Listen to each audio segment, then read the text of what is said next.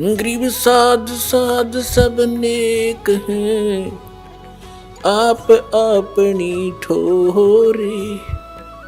जो सतलोक ले जाएंगे वो साधु कोई और।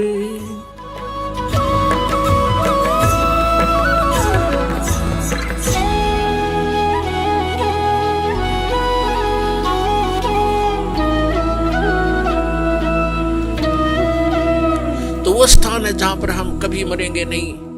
हमारा परिवार होगा, सारी सुविधाएं होंगी, मनोमयी विमान होंगे आपके। यहाँ तो एक साइकिल नहीं जुड़ता सारा दिन, और वहां पर ऐसा सुविधा है कि आप चाहोगे आपके सामने विमान खड़ा होगा, और जहां जाओगे बैठ के परिवार। कहीं बहुत बड़े बड़े पार्क हैं, बड़े सुंदर स्थान हैं। तो वो स्थान है जो भगवान ने स्वयं आकर बताया, और इसी का परम समर्थन हमारे सदग्रंथों ने दिया। जैसे गीता ज्ञानदाता यह सरपुरुष है। श्रीमद् भगवत गीता अध्याय नंबर 15 के श्लोक नंबर 16 और 17 में 3 पुरुष हैं। पुरुष माने प्रभु, स्वामी, मालिक, ब्रह्म कहो, पुरुष कहो, भगवान कहो, राम कहो, साहेब कहो। ये 3 पुरुष बताए, एक सरपुरुष, एक अक्षर पुरुष। और 15वें अध्याय के गीता के 15वें अध्याय के 17वें श्लोक में सरपुरुष और अक्षर पुरुष से कोई और बताया जो श्रेष्ठ भगवान है, पुरुषोत्तम है। उत्तम पुरुष है तू अन्य परमात्मा इति उदाहरते। जिसको परमात्मा कहा जाता है वास्तव में वो पुरुष तो इन दोनों से, सरपुरुष और अक्षर पुरुष से कोई अन्य है। और वही तीनों लोकों में प्रवेश करके सबका धारण पोषण करता है। ये 3 पुरुष है, 3 प्रभु हैं। सरपुरुष इसको ब्रह्म बोलते हैं, हमारे ऋषि मुनि इसको ब्रह्म कहा करते हैं। और संतों ने इसको सरपुरुष, सरब्रह्म, ज्योत निरंजन, काल की संज्ञा दी है परमेश्वर कबीर जी ने। और उन्हीं से परिचित महापुरुषों ने भी यही उनको बताया। तो दूसरा अक्षर पुरुष है, इसको दूसरे शब्दों में परब्रह्म भी कहते हैं, अक्षर ब्रह्म भी कहते हैं। जो सरपुरुष है जिसको ब्रह्म कहते हैं, जो काल है, वो केवल 21 ब्रह्मांड का प्रभु है, स्वामी है, मालिक है, राम है, खुदा है, अल्लाह है, साहिब है।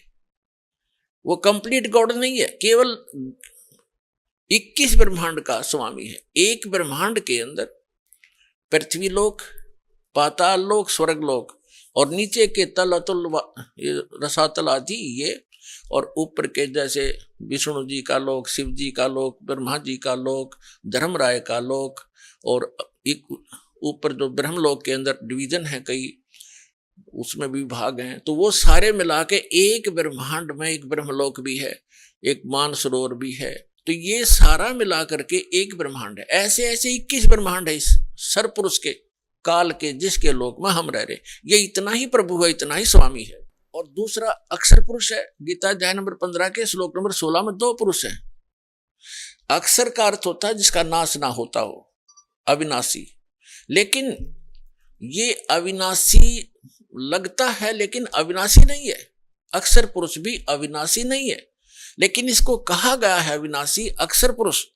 इसलिए 15वें अध्याय के 17वें श्लोक में कहा है कि उत्तम पुरुष है तो अन्य परमात्मा इति उदाहरते है। उत्तम पुरुष, श्रेष्ठ पुरुष तो इन दोनों से, सरपुरुष और अक्षर पुरुष से कोई और है।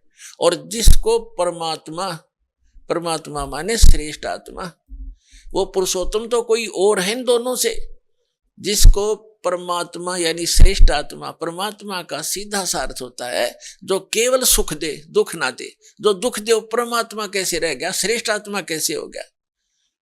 तो हमने डेफिनेशन का भी नहीं पता था आज तक उस गॉड की जिसकी हम पूजा करने जा चले थे और पूजा कर रहे थे। तो हम ऐसे ही धूल अंधेरे में घूम रहे थे, जंगल में भटका रखे थे, हमें कोई रास्ता नहीं था। तो इसमें लिखा फिर ये लोग चरम आविष्य विवर्ती अवय ईश्वर है, जो तीनों लोकों में प्रवेश करके सबका धारण पोषण करता है, वो है अविनाशी परमात्मा, अवय ईश्वर, वो है अविनाशी। ऊपर वाले को अक्षर पुरुष को भी अक्षर का अर्थ वैसे अविनाशी होता है, लेकिन ये रिजेक्ट कर दिया यहां पर कि इन दोनों से अन्य है जो वास्तव में अविनाशी है।